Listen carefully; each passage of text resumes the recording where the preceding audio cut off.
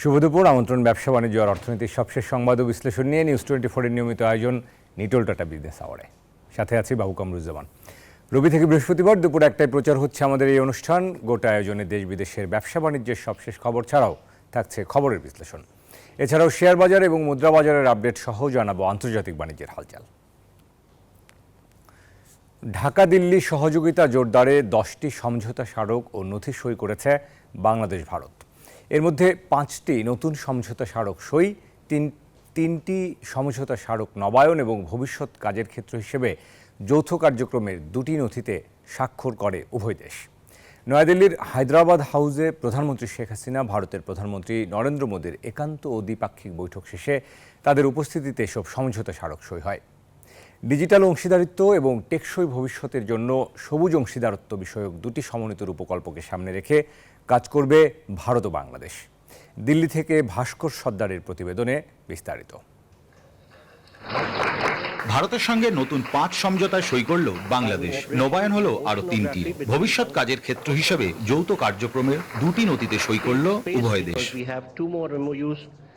নতুন সমঝোতা স্মারক অনুযায়ী বঙ্গোপসাগর এবং ভারত মহাসাগরের সুনীল অর্থনীতিতে সহযোগিতা করবে দুই দেশ একে অপরকে। স্যাটেলাইট এবং রেল যোগাযোগেও বাড়বে ভারতীয় সহযোগিতা। দিল্লিতে প্রধানমন্ত্রী শেখ হাসিনা এবং ভারতের প্রধানমন্ত্রী নরেন্দ্র মোদীর উপস্থিতিতে সই হয় এসব সমঝোতা। যৌথ সংবাদ সম্মেলনে প্রধানমন্ত্রী শেখ হাসিনা বলেছেন, ভারতের সঙ্গে সম্পর্ককে সবসময় গুরুত্ব দেয় বাংলাদেশ। বিগত বছরগুলিতে দুই দেশের রাষ্ট্রের সর্বোচ্চ পর্যায়ে উচ্চ পর্যায়ে যে যোগাযোগ হয়েছে, আর্থসামাজিক উন্নয়নেও যে সহযোগিতা একে অপরের সঙ্গে আমাদের হয়েছে, সেটাও আমি মনে করি যে ভারতের একটা বিশাল দেশ, বিরাট অর্থনীতির দেশ, তাদের সহযোগিতা পাওয়াটা এটা আমাদের জন্য অত্যন্ত গুরুত্বপূর্ণ এবং এই বন্ধুত্বপূর্ণ সম্পর্কের জন্যই আজকে আমরা অনেক উন্নতি করতে সক্ষম হয়েছি। অপরদিকে প্রধানমন্ত্রী মোদী আশ্বাস দিয়েছেন, তিস্তার পানি বন্টনের সুরাহা হবে শীঘ্রই। ঘোষণা দেন, চিকিৎসার জন্য যেসব বাংলাদেশি নাগরিক ভারতে যাবেন তাদের দেওয়া হবে মেডিকেল ই ভিসা। রংপুরে চালু হবে ভারতের উপদূতাবাস।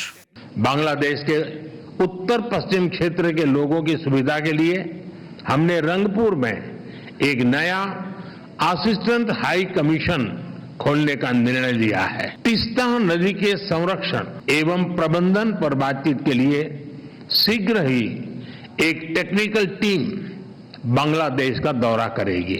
দুই প্রধানমন্ত্রী মনে করেন, উন্নয়ন ও বন্ধুত্বের ক্ষেত্রে দুই দেশের মধ্যে নবযাত্রা শুরু হয়েছে। বাংলাদেশের সূচনা লগ্ন থেকেই পাশে আছে ভারত, আর সেই সম্পর্ক ক্রমাগত আরো শক্তিশালী এবং উন্নয়ন হচ্ছে।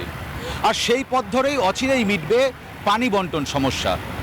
এমন নানান তথ্য উঠে এলো দিল্লির হায়দ্রাবাদ হাউসে মোদি হাসিনার বৈঠকে। শনিবার সকালে হাসিনা মোদীর নেতৃত্বে দ্বিপাক্ষিক বৈঠকের আগে বাংলাদেশের প্রধানমন্ত্রী শেখ হাসিনাকে গার্ড অব অনার দেয় ভারতের রাষ্ট্রপতি ভবন। উষ্ণ অভিবাদন জানায় প্রধানমন্ত্রী নরেন্দ্র মোদী। দেওয়া হয় লাল গালিচা সংবর্ধনা। ক্যামেরায় সাকিল আবদিনের সাথে ভাস্কর সর্দার, নিউজ 24, দিল্লি। বাজেট সহায়তা হিসেবে বিশ্বব্যাংকের কাছে $50 কোটি ঋণ পাচ্ছে Bangladesh. Development policy credit 2 DPC এর আওতায় এই অর্থ দিচ্ছে বিশ্বব্যাংক। যুক্তরাষ্ট্রের ওয়াশিংটনে অনুষ্ঠিত বিশ্বব্যাংকের বোর্ড সভায় এই ঋণের অনুমোদন দেওয়া হয়। শনিবার বিশ্বব্যাংকের ঢাকা অফিস থেকে পাঠানো সংবাদ বিজ্ঞপ্তিতে এ তথ্য জানায় সংস্থাটি। এর আগে ডিপিসি 2 এর আওতায় প্রথম কিস্তিতে $25 কোটি দিয়েছিল বিশ্বব্যাংক। সংস্থাটি মনে করে, এই বাজেট সহায়তা বাংলাদেশের আর্থিক খাতে সংস্কারের পাশাপাশি টেকসই উন্নয়নের গতি বাড়াবে। এর পাশাপাশি বিশ্বব্যাংকের বোর্ড সভায় বাংলাদেশের জন্য আরেকটি ঋণ প্রস্তাব অনুমোদন করা হয়। জলবায়ু পরিবর্তনের চ্যালেঞ্জ মোকাবেলা করে টেকসই প্রবৃদ্ধির জন্য আরও $40 কোটি ঋণ অনুমোদন করেছে বিশ্বব্যাংক। সব মিলে $90 কোটি ঋণ পেতে যাচ্ছে বাংলাদেশ।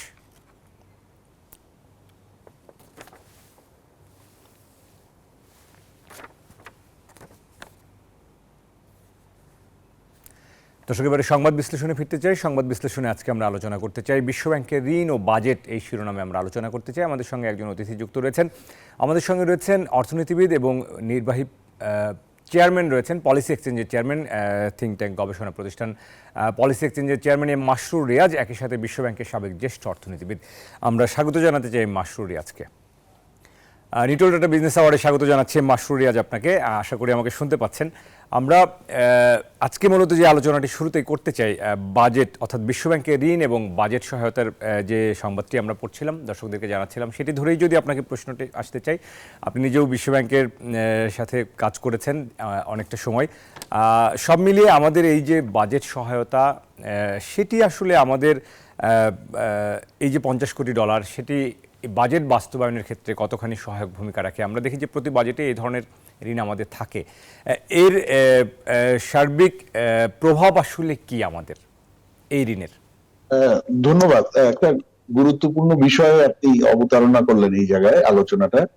আসলে এই বিশ্ব ব্যাংক বা অনেক ডেভেলপমেন্ট পার্টনার, যেমন IMF বা অনেক সময় বায়োল্যাটারাল ডেভেলপমেন্ট পার্টনার, তারাও এই একই ধরনের সহায়তা দেয়, যেটাকে মানে এই সহায়তার ধরনটাকে বলা হয় বাজেট সাপোর্ট। কিন্তু এটা কিন্তু নট নেসেসারিলি যে একটা দেশ কখন বাজেট দিল, সেই বাজেটের অ্যামাউন্ট কি, সেটা কিন্তু আসলে সরাসরি সেটার সাথে রিলেটেড থাকে না। এই ইনস্ট্রুমেন্টের নাম বাজেট সাপোর্ট, এন্ড দেন এক একটা অর্গানাইজেশন এক এক নামে এই বাজেট সাপোর্টকে ব্র্যান্ড করে।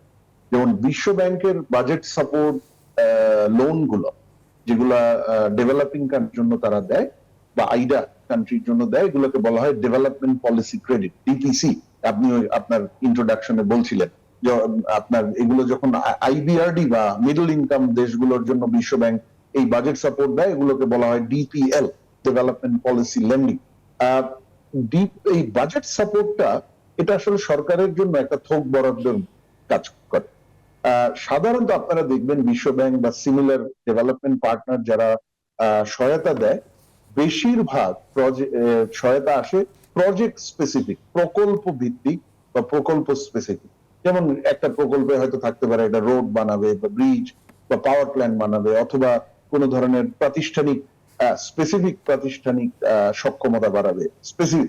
সেখানে যেটা হয়, ওই প্রকল্পের যেই উদ্দেশ্যে টাকাটা আসে, এর বাইরে সরকার সেই টাকাটা খরচ করতে পারে না, এবং সেই টাকাটাও ভাগে ভাগে আসে, একসাথে না।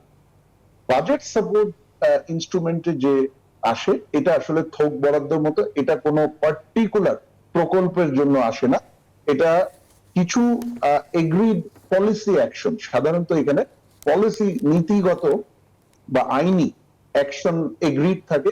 সেই অ্যাকশন গুলো, সেটা সংস্কার হতে পারে, নতুন আইন, নতুন একটা নীতি হতে পারে, সেগুলো যখন সরকার বাস্তবায়ন করে, তার সাথে সাথে সরকার একসাথে ওই টাকাটা, যে এগ্রিড অ্যামাউন্ট, যে বাজেট সাপোর্টের যে অ্যামাউন্টটা, এই ক্ষেত্রে যেমন যেটা কালকে বা পরশু অ্যাপ্রুভ হয়েছে, আপনি যেটা বললেন $500 মিলিয়ন, $50 কোটি, এই টাকাটা তখন একসাথে পেয়ে যায় সরকার। এবং পাওয়ার পরে সরকার এই টাকাটা তার যে কোনো প্রয়োজনে খরচ করতে পারে। সেই কারণে এটাকে বলা হয় বাজেট সাপোর্ট। যে সরকারের যে ওভারঅল বাজেট বা সরকারের যে ওভারঅল ফিসক্যাল পজিশন, সেই জায়গায় গিয়ে এই টাকাটা অ্যাড হয়, এবং সরকার তার ইচ্ছে মতো যে কোনো প্রয়োজনে এই টাকাটা খরচ করতে পারে। সুতরাং এইটা কেন বাংলাদেশের জন্য এখন ইম্পর্টেন্ট, সেটা হলো যে বাজেটে কি এসছে সেটার জন্য না, বাংলাদেশের জন্য ইম্পর্টেন্ট। সরকারের এই মুহূর্তে বাংলাদেশের ওভারঅল ফরেন কারেন্সির অভাব আছে। আমরা জানি যে রিজার্ভটা নেমে যাচ্ছে, ইউজেবল রিজার্ভ $13 বিলিয়ন নিচে নেমে গেছে ঈদের আগে আগে। সুতরাং এই সময়টায় একসাথে অনেকগুলো টাকা আসলে সেটা আমাদের রিজার্ভকে বৃদ্ধি করতে সহায়তা করে। সেটা হলো নাম্বার 1 অবজেক্ট। নাম্বার 2 হলো সরকারের অবভিয়াসলি বাজেট ঘাটতিও রয়েছে। আমরা দেখছি এই বছরের যে বাজেট যেটা শেষ হতে, যে ফিসক্যাল ইয়ারটা শেষ হতে যাচ্ছে, সেখানে যে বাজেট ঘাটতি, একটা বড় অংশ কিন্তু ঋণ করে, এবং দেশি এবং বিদেশি অংশ থেকে, সোর্স থেকে ঋণ করে সেটা কভার করা হচ্ছে। সেই বাজেট সাপোর্ট গিয়ে সেই ডেফিসিট ফাইন্যান্সিং এ হেল্প করে। কিন্তু এটা সবচেয়ে বড় যে দুটো সুবিধা, একটা হলো এই মুহূর্তে আমাদের রিজার্ভকে একসাথে অনেকগুলো টাকা এসে রিজার্ভটা বৃদ্ধি করতে সহায়তা করবে। দ্বিতীয়, সরকারের উপর এটার কোনো ধরনের রেস্ট্রিকশন থাকে না। অর্থ বিভাগ সাধারণত এই টাকাটা পায়, ফাইন্যান্স ডিভিশন আমাদের অর্থ মন্ত্রণালয়, তারা তাদের প্রয়োজন মতো যে কোনো জায়গায় এই টাকাটা খরচ করতে পারে, যেটা প্রকল্প ঋণের ক্ষেত্রে এটা সম্ভব হয়। জি, মাস্টার রিয়াজ, অনেক ধন্যবাদ। আমরা একটু যদি বলি যে বিশ্বব্যাংকও মনে করে, তারা তাদের প্রেস বিজ্ঞপ্তিতে জানিয়েছেন যে এই যে বাজেট সহায়তা, এটি বাংলাদেশের আর্থিক খাতে সংস্কারের পাশাপাশি টেকসই উন্নয়নেও এক ধরনের গতি বাড়াবে বা ভূমিকা রাখবে। এই এই সহায়তা কি আসলে সত্যিকার অর্থে আমরা বাজেট বাস্তবায়নের ক্ষেত্রে বাংলাদেশের সরকার সেটি কতটা গুণগতভাবে আসলে আমরা বাস্তবায়ন করি বা করে এসেছি বলে মনে হয় আপনার কাছে? না, দেখেন, বাজেট সহায়তা আসে, যেটা বাজেট সাপোর্টটা আসে সাধারণত যে একটা এগ্রিড পলিসি এবং রিফর্ম অ্যাকশন প্ল্যানের এগেনস্টে। এটা আপনারা আইএমএফ এর ক্ষেত্রেও দেখেছেন, যেটাকে সাধারণত একটু মিডিয়াতে বেশিরভাগ সময় বলা হয় শর্ত, রাইট? বিশ্ব ব্যাংকের শর্ত, আইএমএফ এর শর্ত। আসলে এগুলো ঠিক অফিসিয়ালি কন্ডিশন হিসেবে নামে আসে না, কন্ডিশন নামে আসে না। এগুলোকে বলা হয়, বিশ্ব ব্যাংকের ভাষায় এগুলোকে বলা হয় এগ্রিড অ্যাকশনস। আর যদি মাল্টি ইয়ার প্রোগ্রাম হয়, পরবর্তী বছরের গুলোকে বলা হয় এগ্রিড ট্রিগার।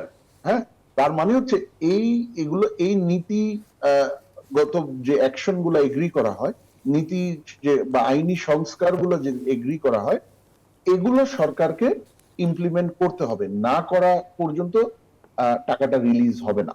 তবে হ্যাঁ, মাঝে মাঝে যেটা হয়, ধরেন একটা মানে সাধারণত এগুলো একটা দুইটা অ্যাকশন থাকে না, 8 থেকে 10টা অ্যাকশন থাকে প্রতিটা সিরিজের। যদি ধরেন যেটা আপনারা দেখছেন রিকাভারি, যেটা পরশুদিন পাস হলো $50 কোটি, $500 মিলিয়ন, এটা কিন্তু ওদের রিকাভারি এন্ড রেজিলিয়েন্স ডিপিসি, এটার একটা সিরিজ হিসেবে আসছে।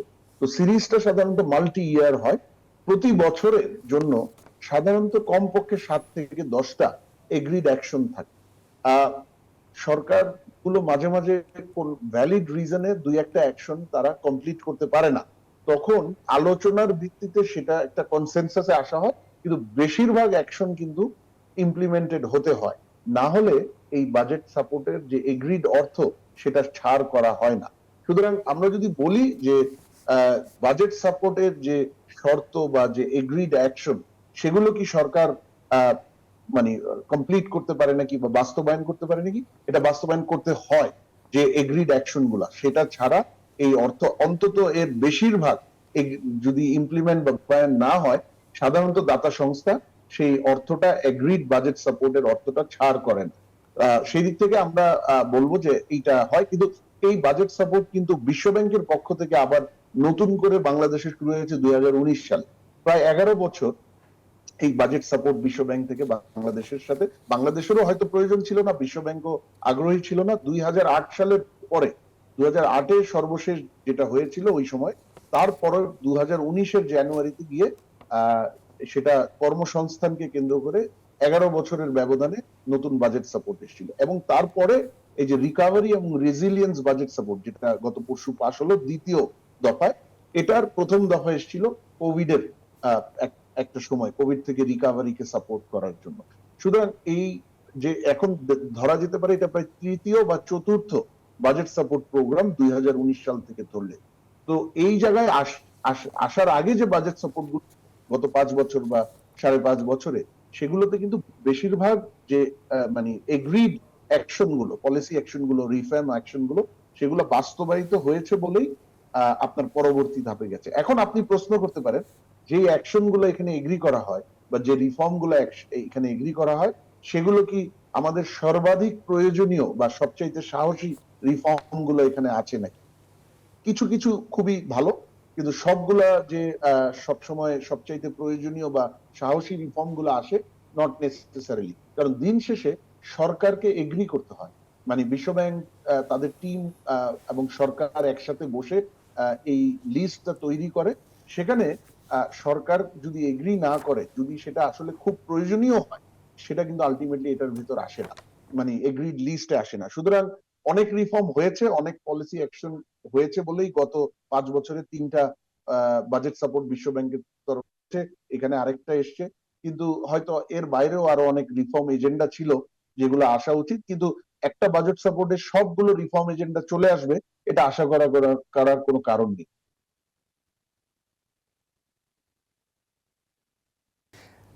মাসরুর রিয়াজ, আমরা একটু যদি অন্য আলোচনায় আসি, যে বিশ্বব্যাংক আইএমএফ এর কাছে এই যে আমাদের ঋণ বা বাজেট সহায়তা, এর বাইরেও আমরা আসলে যে ধরনের ঋণগুলো নিয়ে থাকি, আমাদের তো ঋণ পরিশোধ নিয়ে সরকার এক ধরনের স্বস্তির কথা বলেন, গর্বের কথা বলেন যে বাংলাদেশের ঋণ পরিশোধের সক্ষমতা ভালো, রিটার্ন ভালো।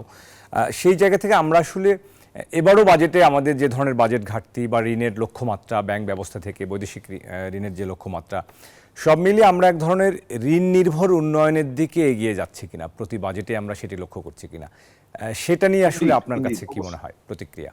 অবশ্যই আমাদের যে আপনারা দেখছেন যে গত 2 বছরে আমরা যখন একটা ম্যাক্রো ইকোনমিক চ্যালেঞ্জের মধ্যে পড়েছি, যেখানে foreign exchange, balance of payment, reserve একটা এই ম্যাক্রো ইকোনমিক চ্যালেঞ্জের একটা বড় শিকার বা ভিকটিম, সেই জায়গাটায় আমরা একটা সমস্যার মধ্যে আছি।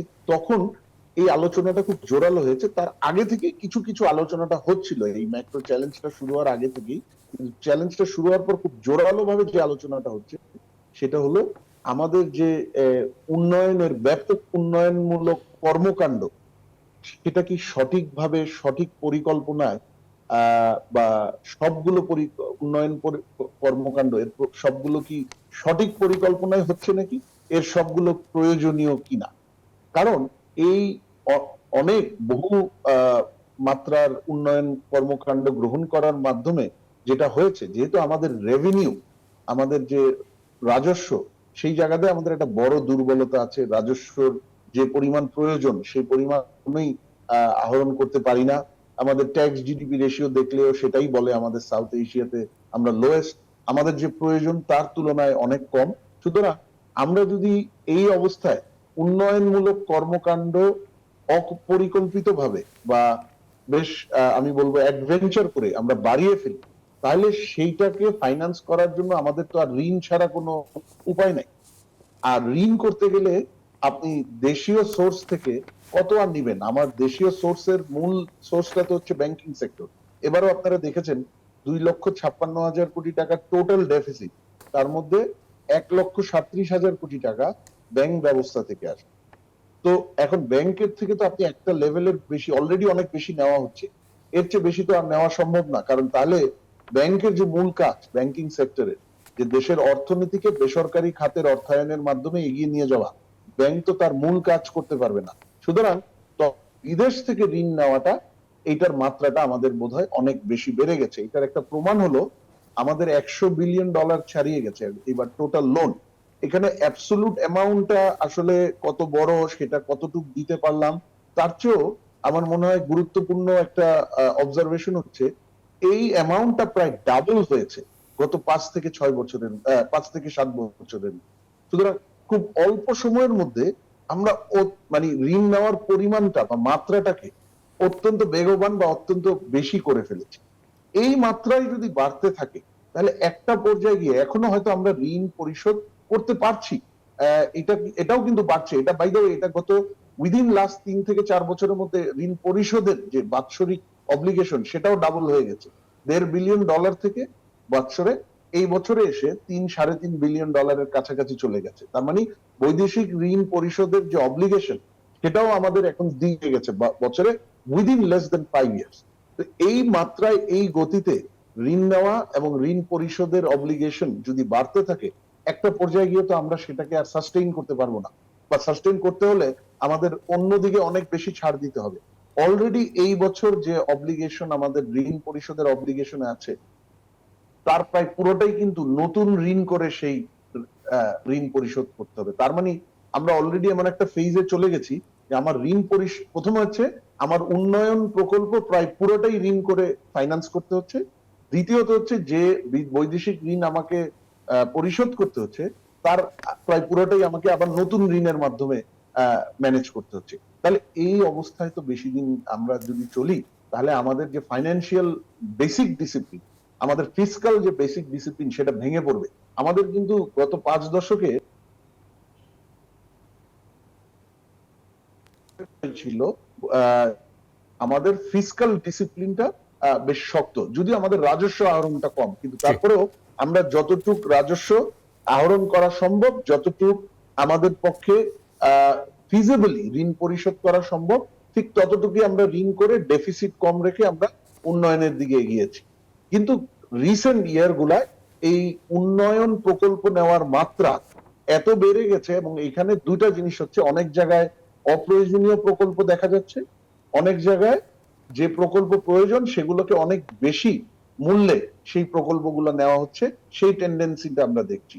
এই দুটো মিলে আমাদের ঋণ নেওয়ার প্রয়োজনীয়তাটা অনেক বেড়ে গেছে। সুতরাং আমাদের কমপ্লিট একটা ফান্ডামেন্টাল রিথিঙ্ক করতে হবে যে আমাদের উন্নয়নের স্ট্র্যাটেজিটা কি, আমাদের উন্নয়নের ফিলসফিটা কি, আমরা কি যা পারবো তার বাইরে গিয়েও কি মানে যা আমরা ম্যানেজ করতে পারবো ঋণ এবং অন্তরীণ উৎস মিলিয়ে, তার বাইরে গিয়েও আমরা কতটা বেশি উন্নয়নের দিকে নজর দিব, এবং সেই উন্নয়ন করতে গিয়ে আমরা কতটুকু আমরা ঋণের চাপ বাড়িয়ে ফেলবো, এবং কোন জায়গায় গেলে এটা আমরা আর আসলে নিতে পারবো না, বা আমাদের ভবিষ্যৎ প্রজন্ম এটার কস্ট বেয়ার করবে, সেখানে আমাদেরকে একটা লাইন ড্র করতে হবে। সুতরাং সেটা করতে গেলে আমাদের যে ফান্ডামেন্টাল ডেভেলপমেন্ট স্ট্র্যাটেজি সেটাকে আমাদেরকে রিভিউ করে তার ভিত্তিতে কতটুক ডেভেলপমেন্ট প্রজেক্ট আমি নিব, কোন প্রজেক্ট নিব, কখন নিব, কত টাকায় নিব, এবং তার ভিত্তিতে আমি কতটুক পর্যন্ত ঋণের উপর নির্ভর করব, এই পুরো জিনিসটা আমাদেরকে কিন্তু রিথিঙ্ক করতে হবে। আদারওয়াইজ যে গতিতে ঋণ বাড়ছে, বৈদেশিক ঋণ বিশেষ করে, আর ঋণের অব্লিগেশন বাড়ছে বাৎসরিক, সেটা একটা পর্যায়ে গিয়ে আমাদের মনে হয় না সাস্টেইনেবল হবে। মাসুদ রিয়াজ, অনেক ধন্যবাদ। আমরা আপনাকে আরেকটু সবশেষ আলোচনায় আমরা আসতে চাই। তার আগে আমাদের সঙ্গে এই মুহূর্তে রাজধানীর ব্র্যাক সেন্টার ইনে আজকে একটা সংলাপ অনুষ্ঠিত হচ্ছে, সেখানে আমরা অল্প সময়ের জন্য একটু যুক্ত হতে চাই। সেখানে বাজেট 2024-25 পাশাপাশি জ্বালানি খাতের কেমন হলো, জ্বালানি খাতের বরাদ্দ সব মিলিয়ে চ্যালেঞ্জ এবং উত্তরণ নিয়ে একটা বড় আলোচনা সংলাপ অনুষ্ঠিত হচ্ছে। সেখানে এই মুহূর্তে পাওয়ার সেলের ডিজি কথা বলছেন মোহাম্মদ হোসেন, আমরা একটু শুনতে চাই। সে করতে পারলো না, সেই জায়গাগুলো হয়তো ওভারঅল সবাই মিলে দেখতে পারে হোয়াট আর দ্য কনস্ট্রেন্টস, এবং সেগুলিকে হয়তো আমাকে আইডেন্টিফাই করে ন্যাশনাল পার্সপেক্টিভে আমাদের দেখতে হবে যে আমাদের তানজিনা যেটা বললো যে ল্যান্ড অন্য করতে ল্যান্ডের সমস্যা হয় না, সোলারের ক্ষেত্রে কেন হবে। আমরা সেই জন্য আমরা কিছু জায়গা ইতিমধ্যে আইডেন্টিফাই করেছি। আপনারা জানেন যে জামালপুরে সেখানে 20,000 একরের মতো একটা জায়গা, যেটা আমরা অলরেডি স্টাডি করতেছি, ভিজিবল স্টাডি, সেখানে একটা বিশাল সোলার হাব হতে পারে। আমরা আমাদের যেসব ওয়াটার ল্যান্ডগুলো আছে, বডিগুলো আছে, সে আবার সেখানে আবার ওই প্রশ্নটা আসে যেটা তানজিনাই বললো যে সেই ইএসআইএ এনভায়রনমেন্ট সোশ্যাল ইম্প্যাক্ট অ্যাসেসমেন্টের প্রশ্নে গিয়ে আমরা অনেক জায়গায় বাধাগ্রস্ত হই, সেটা আমরা পারি না। তবে আমরা সেই জায়গাগুলো আইডেন্টিফাই করতেছি এবং সেটি করতেছি। একটা জায়গায় শুধু যেটা বারবার আসে যে সেই ইমার্জেন্সি অ্যাক্ট, মানে আমরা বিদ্যুৎ ও জ্বালানির দ্রুত সাপ্লাই যে অ্যাক্টটা, সেটা ডিসকন্টিনিউ করা। এক্ষেত্রে আমি দেখেন যে এই অ্যাক্টের কিন্তু সবচেয়ে বেনিফিশিয়ারি কিন্তু সোলার, যদি বলি সোলার এনার্জি, কারণ এই পর্যন্ত গত 3-4 বছরে যত প্রজেক্ট দেওয়া হয়েছে সব সোলারের ক্ষেত্রে দেওয়া হয়েছে।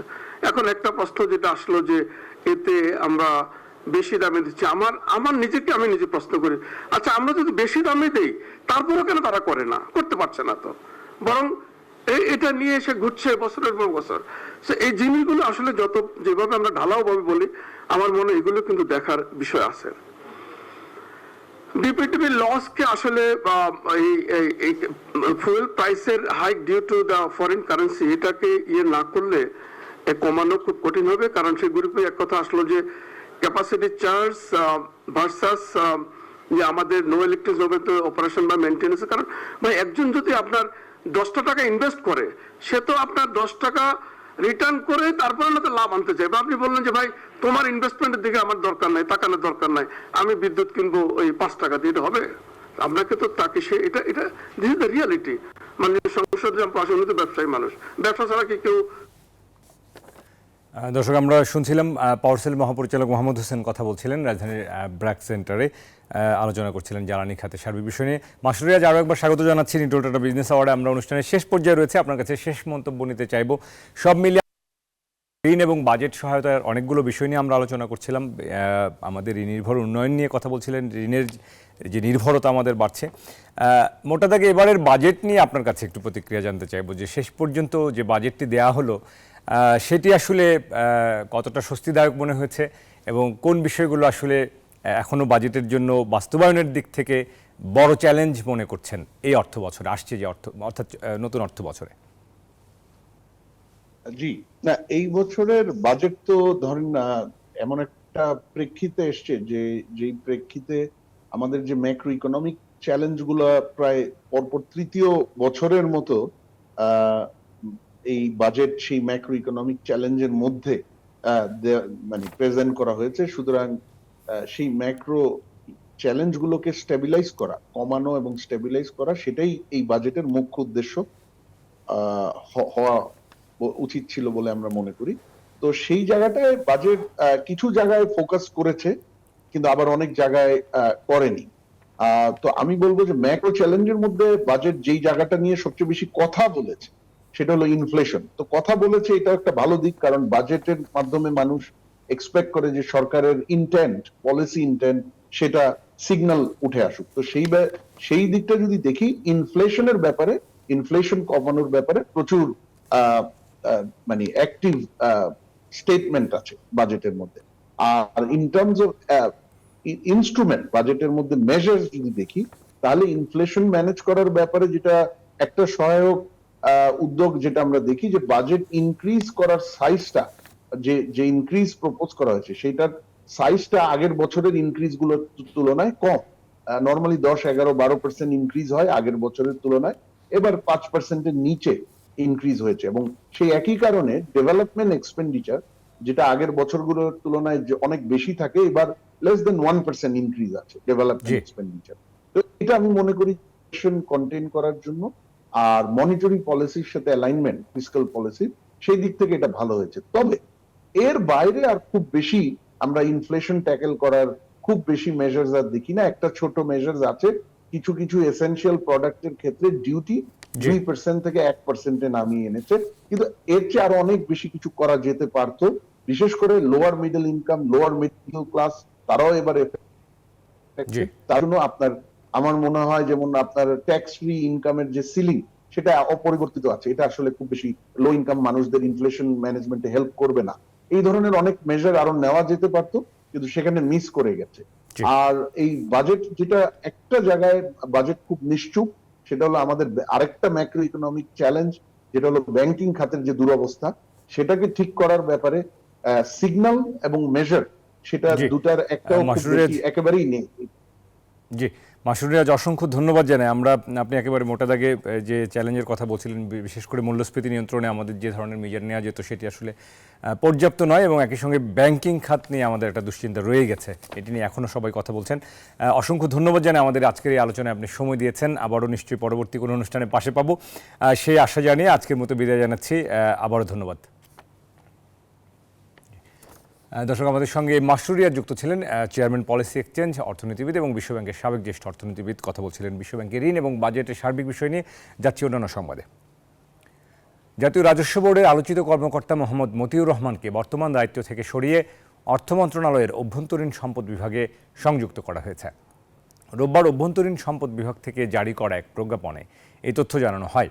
মন্ত্রণালয়ের উপসচিব মকিমা বেগম স্বাক্ষরিত প্রজ্ঞাপনে বলা হয়, কাস্টমস, এক্সাইজ ও ভ্যাট আপিলাত ট্রাইব্যুনালের প্রেসিডেন্ট মোহাম্মদ মতিউর রহমানকে অর্থ মন্ত্রণালয়ের অভ্যন্তরীণ সম্পদ বিভাগে সংযুক্ত করা হয়েছে।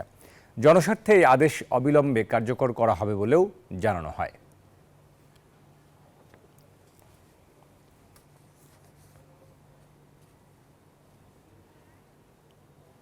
দর্শক, নিটল টাটা বিজনেস আওয়ারের সময় হলো একটা বিরতির।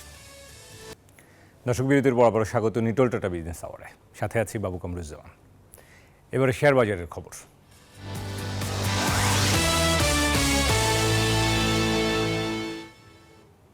সপ্তাহের প্রথম কর্মদিবস রোববার। আজ কিন্তু সূচকের কিছুটা ঊর্ধ্বমুখী প্রবণতার মধ্যে দিয়ে লেনদেন চলছে। আমরা দেখে নিব ঢাকা স্টক এক্সচেঞ্জের ওয়েবসাইট থেকে লেনদেনের সবশেষ এই মুহূর্তের পরিস্থিতি। আমরা যদি দেখি যে আজকে ডিএসির প্রধান সূচক ডিএসিএক্স, সেটি কিন্তু 4 পয়েন্ট এখন পর্যন্ত বেলা 1:30 নাগাদ বেড়েছে। 4 পয়েন্ট বেড়ে 5248 পয়েন্ট অবস্থান করছে, এবং সরিয়া সূচক 1.5 পয়েন্ট বেড়েছে 1.58 পয়েন্ট। বাছাই করা কোম্পানি নিয়ে গঠিত ডিএস30 সূচক, সেটিও 2.60 পয়েন্ট বেড়েছে, বেড়ে 1878 পয়েন্টে অবস্থান করছে। আর আজকে হাতবদল হওয়া শেয়ার ও মিউচুয়াল ফান্ড ইউনিটের মধ্যে 103টির দর বেড়েছে, কমেছে বেশিরভাগের, 209টির দর কমেছে এখন পর্যন্ত, এবং 82টির দর অপরিবর্তিত রয়েছে। আর লেনদেনের গতি আমরা দেখছি না খুব বেশি, লেনদেনে কিন্তু ভাটা 358 কোটি টাকার লেনদেন এখন পর্যন্ত হয়েছে বেলা 1:30 নাগাদ, যেটি হয়তো 400-450 কোটির মধ্যেই লেনদেন শেষ হয়ে যেতে পারে, এমনই বাজারের গতিবিধি লক্ষ্য করা যাচ্ছে। সব মিলিয়ে ক্রেতার কিছুটা ঘাটতি রয়েছে বাজারে, এবং বাজারে বিনিয়োগকারীদের এক ধরনের আস্থা সংকট, যেটি আমরা ঈদের আগে মুহূর্তেও দেখছিলাম, বাজেটের আগ মুহূর্তে দেখছিলাম যে বাজারে কিন্তু বড় ধরনের পতন হচ্ছিল। তো মোটা দাগে এই ছিল আজকের পুঁজিবাজার। এবার আমরা মুদ্রাবাজার পরিস্থিতি জানাবো আপনাদেরকে। প্রধান মুদ্রার বিনিময় মূল্য শুরুতে মার্কিন ডলার 117 টাকায় কেনা হচ্ছে, 118 টাকায় বিক্রি করা হচ্ছে সোনালী ব্যাংকে, এবং আজকের দিনে ইউরো 125 টাকায় কেনা হচ্ছে, 131 টাকায় বিক্রি করা হচ্ছে, পাউন্ড 144 টাকায় কেনা হচ্ছে, 150 টাকায় বিক্রি হচ্ছে, চীনা ইউয়ান 13 টাকায় কেনা হচ্ছে, 17 টাকায় বিক্রি করা হচ্ছে, সৌদি রিয়াল 28 টাকায় কেনা হচ্ছে, 31 টাকা 10 পয়সা বিক্রি করা হচ্ছে, এবং ভারতীয় রুপি রয়েছে 1 টাকা 32 পয়সায় কেনা হচ্ছে, 1 টাকা 45 পয়সায় বিক্রি করা হচ্ছে। এই ছিল প্রধান মুদ্রা বিনিময় মূল্য। এবারে স্বর্ণের বাজার আপনাদেরকে জানাবো। আন্তর্জাতিক বাজারের সাথে সমন্বয় করে বাংলাদেশ জুয়েলার্স অ্যাসোসিয়েশন নিয়মিত যে হালনাগাদ করে থাকেন, সেখানে আমরা দেখতে পাচ্ছি 22 ক্যারেটের সব থেকে ভালো মানের স্বর্ণ এখন প্রতি ভরি 1,16,955 টাকা, অর্থাৎ প্রায় 1,17,000 টাকা। 21 ক্যারেটের স্বর্ণের দাম পড়বে 1,11,598 টাকা প্রতি ভরি। 18 ক্যারেটের স্বর্ণের দাম পড়বে 95,659 টাকা। আর সনাতন যে স্বর্ণ রয়েছে সেটিও 79,000 টাকা প্রতি ভরি। পাশে গ্রাম প্রতি দর দেখানো আছে। 22 ক্যারেটের 1 গ্রাম স্বর্ণের দাম কিন্তু এখন 10,000 টাকা। এক ভরি সমান 11.664 গ্রাম হিসেবে এই দর দেখানো হয়েছে স্বর্ণের। পর আমরা রূপার বাজার দেখে নিব। রূপার বাজার আমরা দেখেছি অনেক দিন ধরে অপরিবর্তিত রয়েছে। 22 ক্যারেটের সব থেকে ভালো মানের রূপা 2,098 টাকা প্রতি ভরি। 21 ক্যারেটের রূপা 2,005 টাকা। 18 ক্যারেটের রূপার দাম পড়বে 1,714 টাকা। আর সনাতন রূপা কিনতে হলে আপনাকে গুনতে হবে 1,282 টাকা।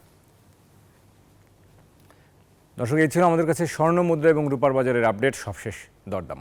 নিটলটা বিজনেস আওয়ারে আরও একটা বিরতি নিব, ফিরবো অন্যান্য খবর নিয়ে, আশা করি সাথে থাকবেন। দর্শক, আবারও স্বাগত নিটলটা বিজনেস আওয়ারে। কোরবানির ঈদের পরও চড়া নিত্যপণ্যের বাজার। কাঁচামরিচের দাম কেজিতে 230 থেকে 300 টাকা ছাড়িয়েছে। আরও খবর জানাতে চট্টগ্রামের রিয়াজউদ্দিন বাজার থেকে এই মুহূর্তে সরাসরি যুক্ত হচ্ছেন সহকর্মী নয়ন বড়ুয়া জয়, এবং একই সাথে আমাদের সঙ্গে রাজশাহী থেকে যুক্ত হবেন মতিউর মুর্তজা। আমরা শুরুতেই নয়ন বড়ুয়া জয়ের কাছে জানতে চাইব। নয়ন বড়ুয়া জয়, আশা করি আমাকে শুনতে পাচ্ছেন। আমরা একটু জানতে চাইব যে সব মিলিয়ে ঈদ পরবর্তী বাজার, বিশেষ করে কাঁচামরিচের দাম হুট করে বেড়ে যাওয়ার কারণ কি, ক্রেতা বিক্রেতারা আসলে কি বলছেন?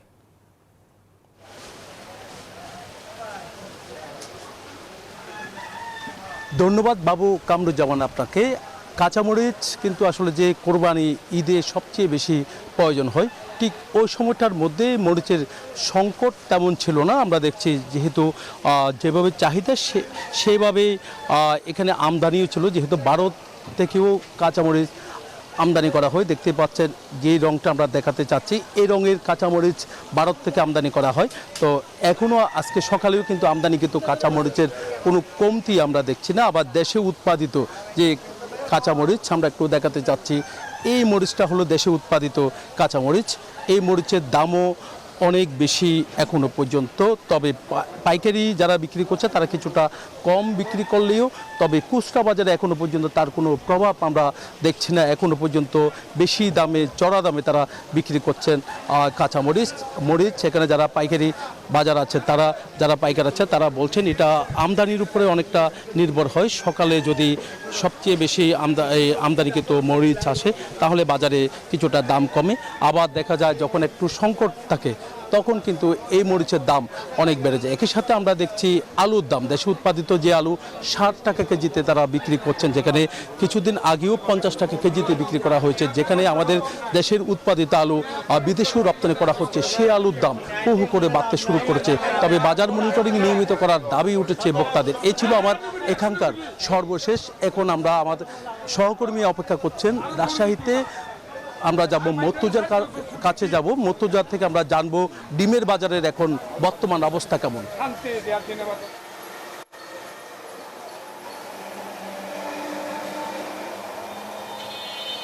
জয়, আপনাকে ধন্যবাদ। রাজশাহীতে কিন্তু ঈদের পরে ডিমের দাম হালি প্রতি 3 থেকে 4 টাকা করে বৃদ্ধি পেয়েছে। আমরা যদি সাদা ডিমের কথা বলি, রাজশাহীতে সাদা ডিম বিক্রি হচ্ছে 44 টাকা হালি এবং লাল ডিম বিক্রি হচ্ছে 46 টাকা হালি। আর এই ডিমই খুচরা বাজারে বিক্রি হচ্ছে সাদা ডিম 48 টাকা হালি এবং লাল ডিম 52 টাকা হালি।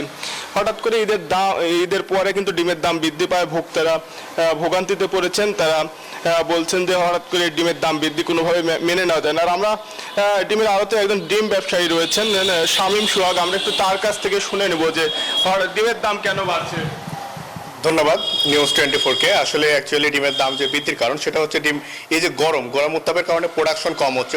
প্রত্যেকটা মুরগির ফার্মে অনেক রকম সমস্যা দেখা দিচ্ছে, প্রোডাকশন কমে যাচ্ছে এবং মুরগি মারা যাচ্ছে, যার কারণে ডিমের প্রোডাকশন কম হওয়ার কারণে দাম বৃদ্ধি পাচ্ছে। তবে এটা আসলে স্বাভাবিক, কারণ বলা যায় যেহেতু এদিকে খাবারের দাম অনেক বেশি তুলনা অনুযায়ী এবং ডিমের দাম সে তুলনা অনুযায়ী অনেক কম আমাদের কাছে মনে হচ্ছে আর কি, যেহেতু এটার প্রোডাকশন অনেক কম বর্তমানে শিথিলযোগ্য। কারণ আমরা জানি সাধারণত যে মার্কেট শর্ট হলে সাধারণত আমাদের ডিম প্রোডাকশন যদি আমাদের চাহিদার তুলনা অনুযায়ী না পায় তাহলে সেক্ষেত্রে বাজারটা একটু বৃদ্ধি হবে স্বাভাবিক। ধন্যবাদ আপনাকে। দাম বৃদ্ধি পেয়েছে, তবে ক্রেতারা বলছেন যে বাজার মনিটরিং করলে হয়তো এই দাম কিছুটা স্থিতিশীল থাকবে। এই ছিল রাজশাহী থেকে সর্বশেষ। ফিরে যাচ্ছি স্টুডিওতে, বাবু কামরুজ্জামান। মুর্তজা, ধন্যবাদ আপনাকে। দর্শক, এবারে বিশ্ব বাণিজ্যের খবর।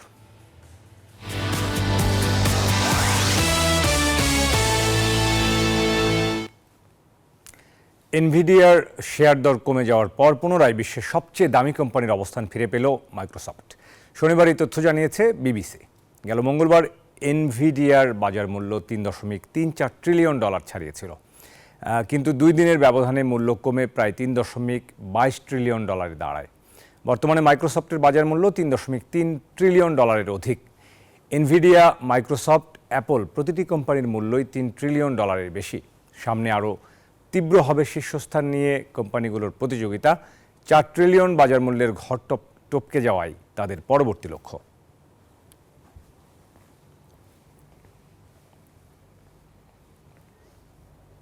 দর্শক, এই ছিল নিটল টাটা বিজনেস আওয়ারের এখনকার আয়োজন। ব্যবসা বাণিজ্যের শেষ খবর জানতে চোখ রাখুন রবি থেকে বৃহস্পতি নিউজ 24 পর্দায়।